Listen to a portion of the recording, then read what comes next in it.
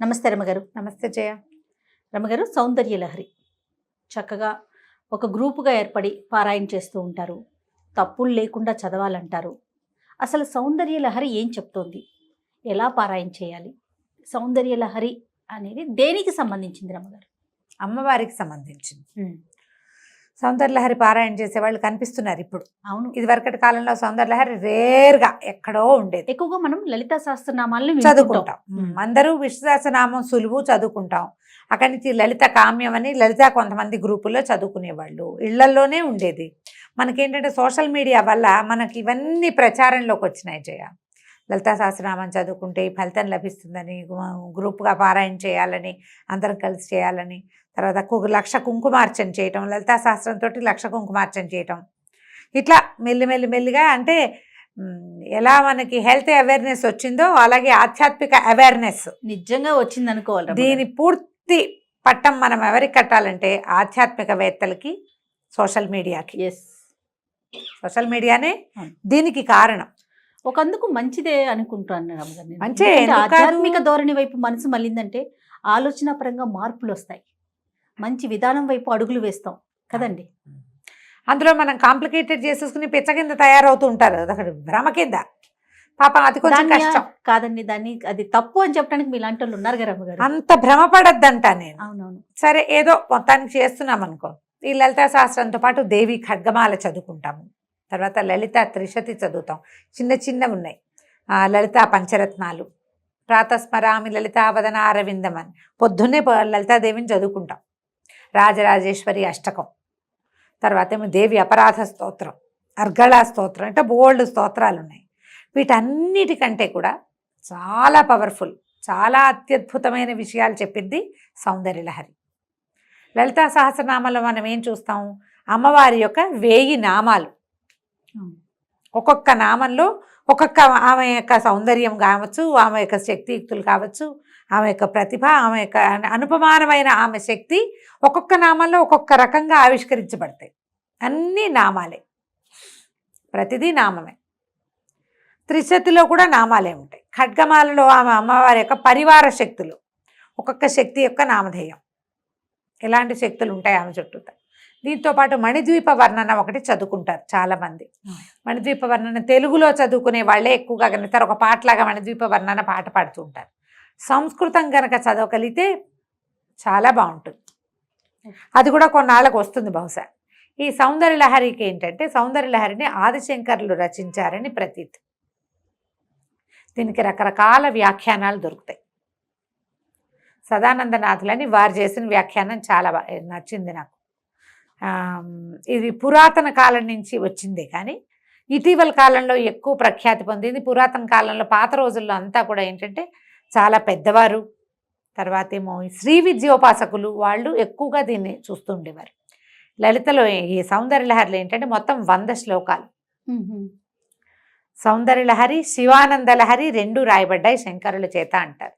శివానందలహరి అంతా శివ సంబంధమైంది, సౌందర్యలహరి అంతా అమ్మవారికి సంబంధించింది. ఒక్కొక్క శ్లోకానికి ఒక్కొక్క ఫలితం చెప్తారు. ఇది లలితా సహస్రం లాగా 2 వాక్యాల అనుష్టుప్పు కాదు, పెద్దది వృత్తం. మనం ఒక్క శ్లోకాన్ని కరెక్ట్గా సజావుగా చదివితే 23 సెకండ్లు పడుతుంది. అంటే నేను రికార్డ్ చేసి పెడతా కదా, అందుకని ఖచ్చితంగా క్లియర్గా చెప్తున్నారు. 22-23 సెకండ్లు పడుతుంది ఒక్క శ్లోకం చదవటానికి. ఈ శ్లోకం టైంలో మనం 2 లేదా 3 విష్ణు సహస్రనామం కానీ లలితా సహస్రం కానీ చదివేయగలుగుతాం. శ్లోకాలు పెద్దవి, అర్థము తాత్పర్యము తెలుసుకోవటానికి ఎవరైనా సజావుగా మనకి చెప్పేవాళ్ళు దొరకాలి.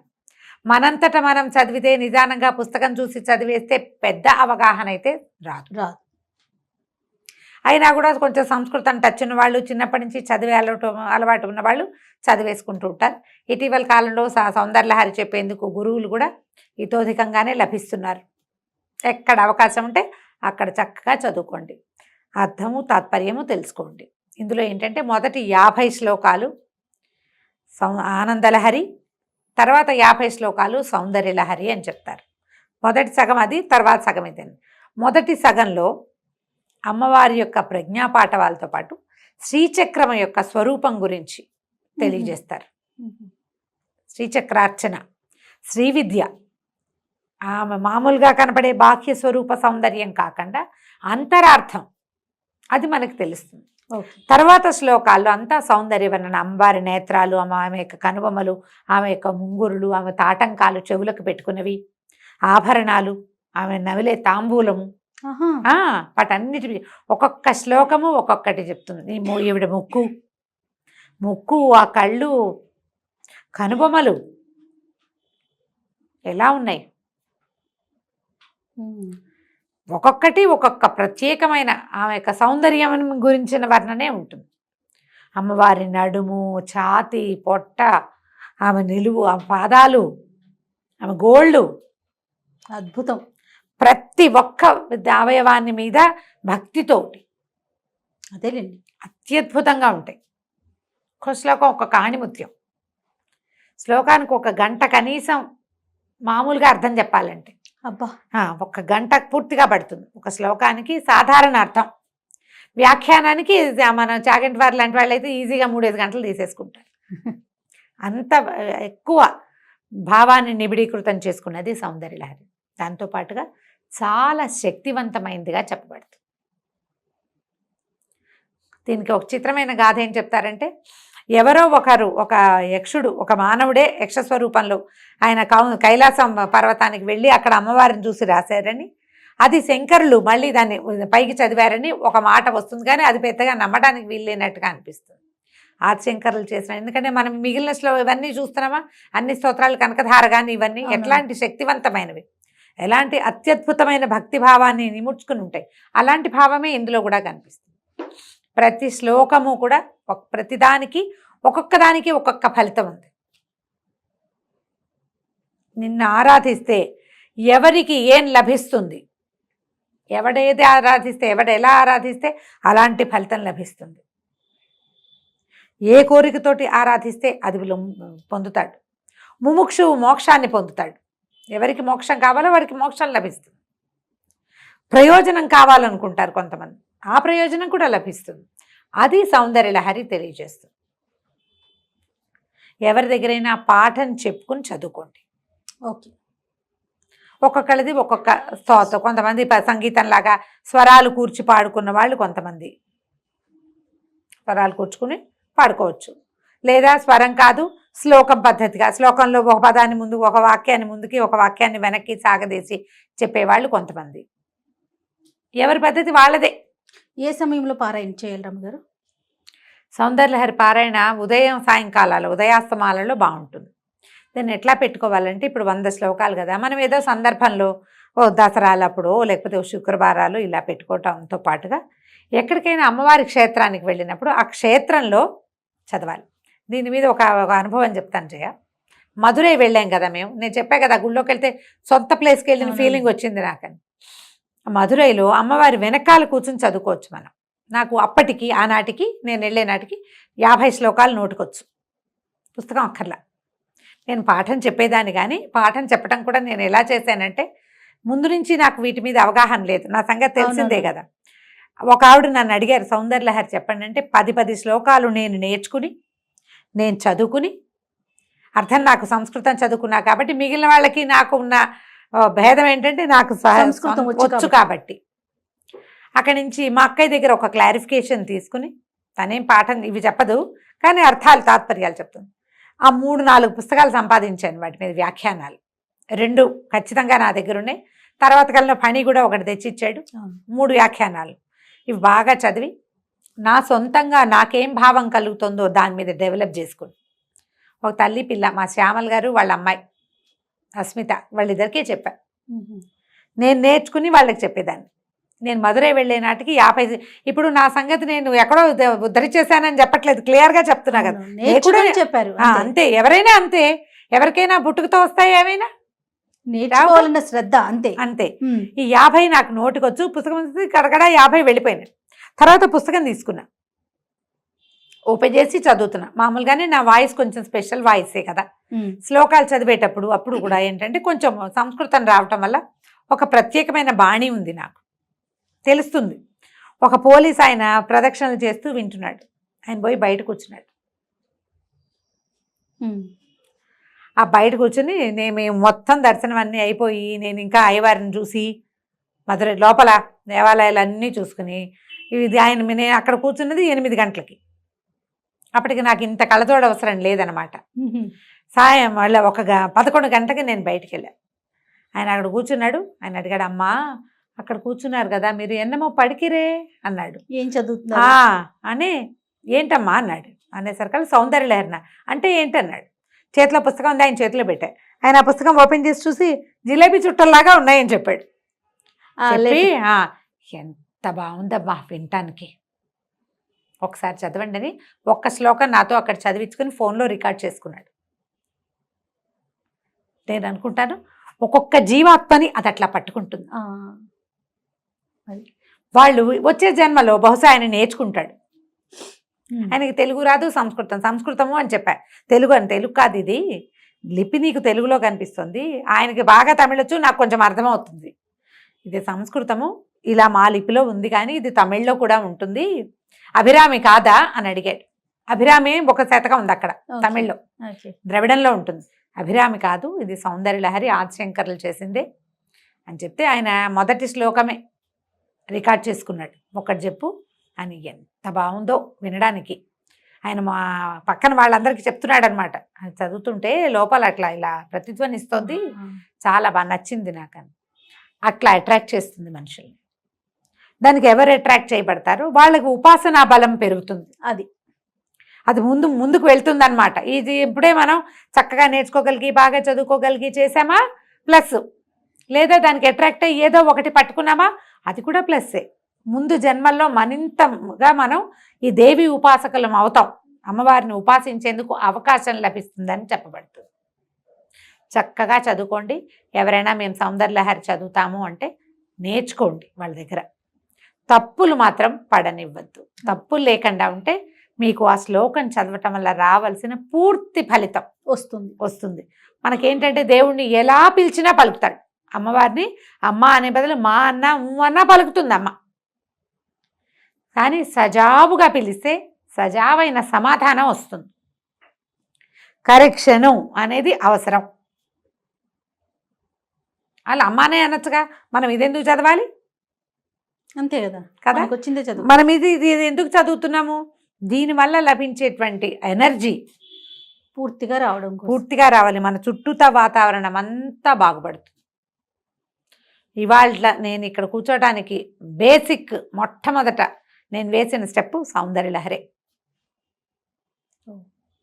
ఆమె నన్ను ఇక్కడికి తీసుకొచ్చింది. అందులో నా ప్రయత్నం 10% ఉంటే ఆమె నడిపించిన నడకే మిగిలిన 90%. మళ్ళీ నేను ఉపాసనగా తీవ్రంగా మళ్ళు అవి నేనేం చేయలేదు. చేయలే. నేను ఆ స్థితి దాటేశాను. ఎక్కడికి వెళ్ళినా ఓ శ్లోకం పట్టుకుంటా, హరిస్వామారాధ్య ఇది చదువుకుంటా. ఈ హరిస్వామారాధ్య అనగానే వచ్చేస్తుంది ఎనర్జీ నాకు. అంతే. ఒక్కసారి హరిస్వామారాధ్య అనుకోగా అమ్మయ్య, ఎంత టెన్షన్లో ఉన్నా, ఎంత విసుగులో ఉన్నా, ఎంత ప్రెషర్లో ఉన్నా హరిస్వామారాధ్యే నన్ను సరిగ్గా దారి చూపించి లాక్కెళ్ళిపోతుంది అక్కడికి. ఏదో ఉంటాయి మానవ జీవితానికి తప్పనివి. అంతే. ట్రై చేసి చూడండి. మీకు అవకాశం ఉంటే నేర్చుకోండి. మీకు దీని మీద అవగాహన ఉందా మీకు ప్లస్, లేదా ప్రయత్నం చేసి ఒక్క శ్లోకం చెప్పించుకోండి చాలు. ఒక్క శ్లోకం చెప్పించుకున్నా చాలు. ఆ ఒక్కటి చదువుకున్నా సరిపోతుంది. మొత్తం 100 చదువుకోవాల్సిన పనే లేదు. చదవగలిగారా మహత్తరంగా ఉంటుంది, అద్భుతంగా. ఒకసారి ఆ శ్లోకం చెప్తారా రమ్మగారు? హరిస్వామారాధ్య ప్రణత జన సౌభాగ్య జననీం పురానారీ భూత్వా పురరిపుమపి క్షోభమనయత్ స్మరోపి త్వాం నత్వా రతినయనలేహ్యేన వపుషా మునీనామప్యంతః ప్రభవతి మోహాయ మహతాం. దేంటో తెలుసా అర్థం? హరి త్వామారాధ్య అంటే నిన్ను ఆరాధించి నువ్వు ఎలాంటి దానివి? ప్రణత జన సౌభాగ్య జనని. ఎవరైతే ప్రణతులు నిన్ను నమస్కరిస్తారో, నిన్ను ప్రార్థిస్తారో వాళ్ళకి సౌభాగ్య జననివి నువ్వు. వాళ్ళకి ఏది కావాలంటే అది ఇస్తావు. నిన్ను ప్రార్థించి పూర్వము ఏం చేశాడు? స్త్రీ రూపం ధరించాడు. పురా నారీ భూత్వ పురరిపుమపి క్షోభమనయత్తు. పూర్వము నారిగా స్త్రీగా మారి పురరిపు అయినటువంటి నీ భర్త అయినటువంటి శివుడు పురులు అంటే త్రిపురాసుర సంహారం చేసిన శివుణ్ణే ఆయనకి క్షోభను కలిగించాడు. నీ వల్ల, నిన్ను నమస్కరించడం వల్ల, నీకు నమస్కారం చేయటం వల్ల, స్మరుడు అంటే ఇతను మన్మథుడు వీడిని ప్రార్థించడం వల్ల, అమ్మవారిని ప్రార్థించడం వల్ల ఈయన ఏంటంటే ఎవరికి కనపడ్డు. అమ్మవారు మన మన్మథుడు మనుషులకి కనపడేవాడు కాదు, ఎవ్వరికి కనిపించడు. ఈ శివుడు ఏం చేశాడు, అతన్ని కాల్చేసాడు, బూడిద చేసేసాడు పరమేశ్వరుడు. బూడిదైతే అప్పుడు అమ్మవారు ఆయనకి ధైర్యాన్ని ఇచ్చింది, ఏం పర్వాలేదు దుఃఖించద్దు అని. రతీదేవికి చెప్పింది, నీ కంటికి మాత్రం కనపడతాడు అని. రతి నయన లేఖేన వపుష, కేవలము రతీదేవికి మాత్రమే కనబడగలిగేటువంటి వాడైనటువంటి అనంగుడు మునీనామపి అంతఃప్రభవతి. వాళ్ళని ఏం చేస్తాడంటే లోపల మునులకి కూడా దీన్ని కలిగిస్తాడు, ప్రీతిని కలిగించేస్తాడు. ఇప్పుడు మనం ఎవరినైనా చూస్తే మనకి ఏదైనా భావాలు కలుగుతాయి. ఈ మన్మథుడు ఎవ్వరికీ కనపడ్డు. విపరీతమైన మోహాన్ని మునులకి కూడా కలగజేయగలుగుతాడు మన్మథుడు. ఎందుకంటే నీకు నమస్కరించడం వల్ల. స్వరూపి త్వాం నత్వా, నీకు నమస్కరించి చేస్తాడు ఆ క్రియ. నువ్వు అతని యందు ఉంటావు, దాని యందు మునులు మోహింపబడతారు. విష్ణువు నిన్ను ప్రార్థించడం వల్ల, నువ్వు అతని యందు ఉండటం వల్లే ఈ పురారి అయినటువంటి పరమేశ్వరిని మోహింపచేయగలిగాడు.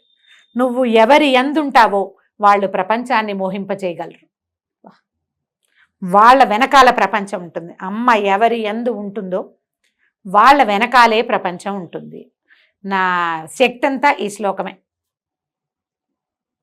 ధైర్యం కావాలన్నా, ఆరోగ్యం కావాలన్నా, ఏం చేయాలో తోచకపోయినా, ఆరోగ్యం బాగుండకపోయినా అంతే మన్నన చేసుకుంటూ ఉంటారు, తిప్పుతూ ఉంటాను దాన్ని.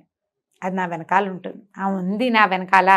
నాకు చేతైనవి విషయము, చేతకాని విషయము, వచ్చింది రాంది, ఓపిక లేనిది, సమస్తమైన వాటికి ఆమె నడిపిస్తుంది. ఈ ఒక్క శ్లోకంతో ఎన్నైనా చేయొచ్చు. పూర్తిగా రూమ్ అంతా వైబ్రేషన్స్ వచ్చినట్లు అనిపిస్తుంది రమ్మగారు. ఇది అసలు మనం రికార్డ్ చేస్తే అసలు చెవుల్లోకి ఒకసారి వెళ్ళిందంటే అంతే, ఆటోమేటిక్గా మన వెన్ను సాఫీ అయిపోతుంది. ఆ విద్యా రహస్యం అట్లాంటిది. ప్రయత్నం చేసి చూడండి. ఇది వినపడుతోంది, ఇది ఒక్కటి నేర్చుకోండి. చిన్న చిన్నవి సంస్కృతంలో ఒక్కొక్క చిన్న చిన్న మిస్టేక్స్ రాకుండా చూసుకోవాలి. ఇప్పుడు కొన్నిటికి మనకి ఫా శబ్దం లేదు చూడు, ఫలితం అనాలి, ఫలితం అనకూడదు, ఫా లేదు. ఇదేంటంటే విసర్గ పక్కన పా ఉంటే దాన్ని ఫాగా పలకాలి. అంతః ప్రభవతి ఉందనుకో, అంతః ప్రభవతి అని అఫ్ సౌండ్ అప్పుడు రావాలి. అలాంటి పడికట్టు ఖచ్చితంగా మనకి తెలియాలి. దానికి సంస్కృతం రావడం చాలా ప్రధానం. అది కనుక కుదిరితే మీకు చక్కగా వస్తుంది. మంచి మంచి శ్లోకాలు ఉన్నాయి. ఇది మొదటి శ్లోకాల్లోదే. రమ్మగారు ఎవరిదన్నా ఫాలో అవ్వాలి, ఇప్పుడు తెలియని వాళ్ళు అనుకోండి, పలానా వాళ్ళు మీరు ఫాలో అవ్వచ్చు, పలానాది విని నేర్చుకోవచ్చు అంటే ఏమైనా సజెషన్ చెప్పగలుగుతారా? నచ్చింది నేను అలా వినలేదు జయ, మీకు తెలియలా, వినలేదు. 100 శ్లోకాలు బాంబే సిస్టర్స్ ఎవరివో ఉన్నాయి, కానీ రాగాల్లో ఉన్నాయి. మీకు మీ అందుబాటు. నేనేమంటానంటే ఏది ఇదే కరెక్టు అని చెప్పను నేను, నాకు కూడా తెలీదు, చెప్తున్నాగా. ఈ సంస్కృతం వస్తే కరెక్ట్గా ఉంటుందని భావిస్తా. నా మటుకు నేను సంగీతం కాదు దీనికి కావాల్సిన, సంస్కృతం భాష మీద పట్టు, అంతే కదండి. పట్టు ఉన్న వాళ్ళతో దగ్గర చెప్పించుకుంటే మేము కనెక్షన్స్ ఆటోమేటిక్గా అవుతాయి, బాగుంటుందిగా. నమస్తే రమ్మ. నమస్తే జయ.